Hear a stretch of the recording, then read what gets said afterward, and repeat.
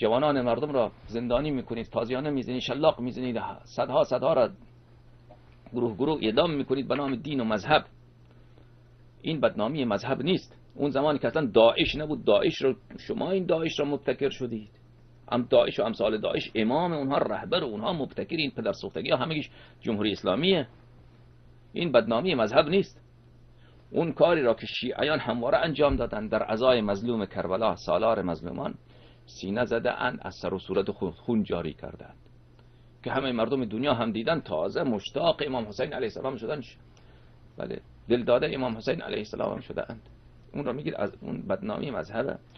حالا تسلمنا، اون کسی که در خانه خودش در یک پس کوچه اصفهان یا قم اونجا میبنده در را، اونجا قمه میزنه، اون را چرا شما زندان میکنید؟ حرام زاده ولد الزنا. اولاد زنا اگر نیستید، اگر یزیدی نیستی آقای خامنه‌ای،